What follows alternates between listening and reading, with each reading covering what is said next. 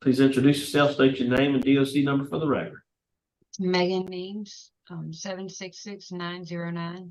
All right, Megan, you heard the introductions. We'll have a parole interview, ask you some questions. You can respond at the end. You can make a statement or take a vote. You understand the process? Megan Neames, DOC number 766-909. You're a first-class offender.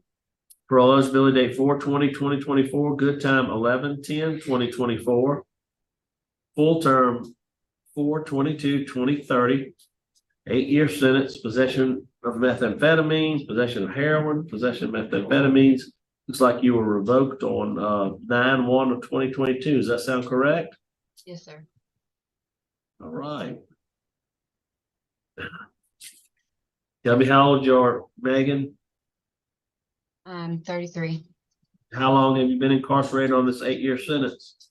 A year and a half.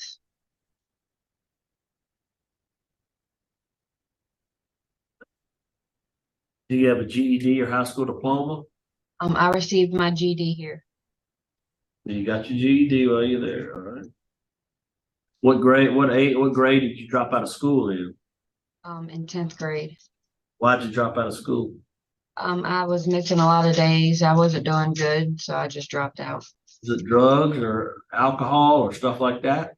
I had a problem home. I just didn't, it wasn't a stable environment.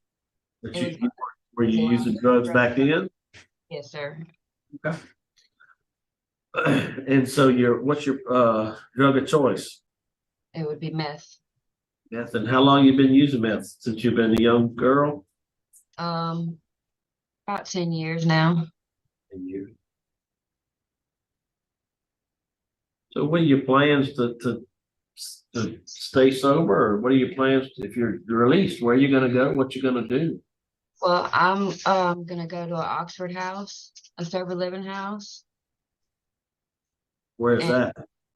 Well, they have a lot of locations, but from what they tell me, I'm gonna try to get close to Baton Rouge, but Okay. wherever the available bed is where I'll have to go.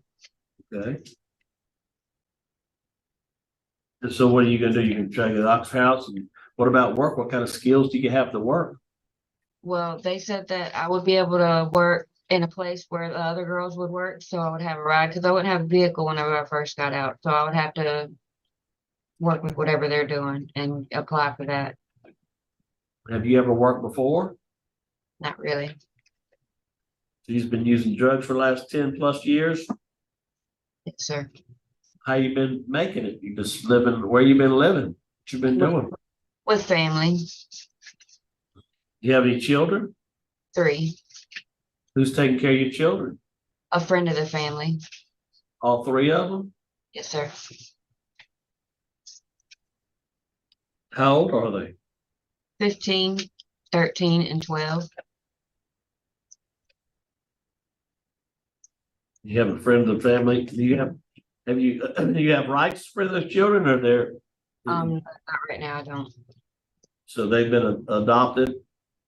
I guess you would say that. Whenever I didn't have my younger 2, we had joint custody with me and the children's fathers, and I had my oldest one when I came to jail, but after I came here, they got custody. Okay.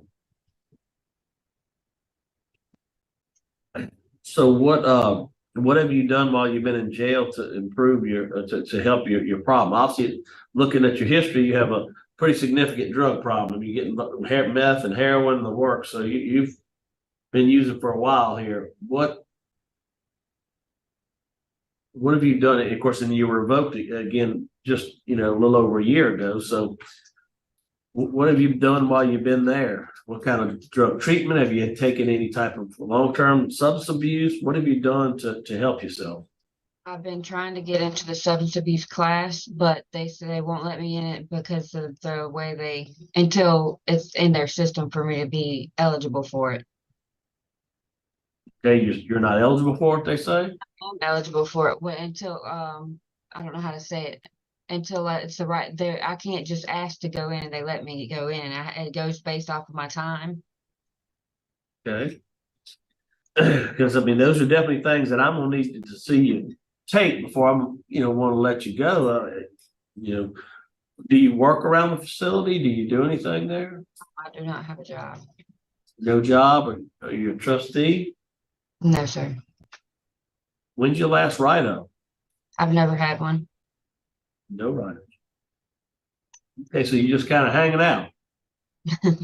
Yes, sir. I guess. I mean, if I would have been in a class if they would have let me just go ahead and go in, but like I said, I have to wait for them to send the list out and with my name on it. Okay. Phyllis, you have any information for us on her? No, sir. I will say that she has applied several times, requested to be in class. Okay, So, well, I'd like for her to get in some drug treatment classes. I want that to happen. Can you make that happen? absolutely. You tell me what you want and we'll make it happen. Okay, you have living in balance? Yes, You have thinking for a change? sir. Oh, I got 6. What's that? What do you have any 6 months substance abuse program there at all? Not a 6-month one, no. Okay. Okay. Any of them go? Living in balance is a 6-month one. Yeah, living in balance is, I know, both 1 and 2. Yeah. Okay. What else you have in there? Anything good? Risk management. Yep. All right, it sounds like that's a good start. There's 3 good courses, 1 and 2. You can take all those courses and go ahead and get, we're board once they're in those classes. So would you like to make a statement on your behalf? I wrote something, sir. Okay. That I am standing before you today asking for a chance at early parole. I know that I've made mistakes and a lot of wrong choices, and if I could take back my wrongs, I would, but I can't. I've learned from them though. This time while I've been incarcerated, I've been learning more every day about myself and seeing how much I've needed to change my ways.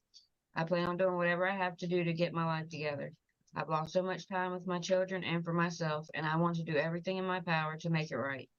I plan on going from here to a sober living facility so I can learn how to get back into the real world as a sober and productive human being.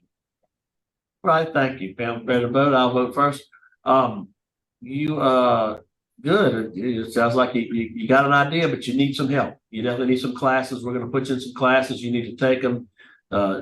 Learn about your drug problem, your addiction, learn how to manage it, control it, how to stay sober so you can get home and get working and get back to society. But because you don't have any classes today, my vote is to deny your parole, but we're going to put you in classes. So you do have some law enforcement opposition. You do have high substance abuse and mental health needs. So that's my vote for today. Ms. Renata? Miss Neames, I'm really pleased that you got your GED since you've been there.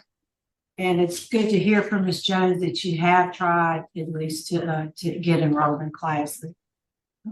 You at least initiated that effort. My vote would be a little different in that I would grant you parole, but only after completion of those programs that we mentioned to Ms. Jones. Right. Mr. Freeman? I also vote to grant conditionally on you completing living in balance. And think for change and Ms. Nate? Okay. All right. You have 2 votes to grant your parole, 1 vote to deny your parole. Your parole's been granted after successful completion of living in balance, risk management, and thinking for change. So here's your opportunity. Yes, sir. All right. 2 votes to grant, 1 to deny. Today, your parole's been granted after successful completion of this program. Thank you.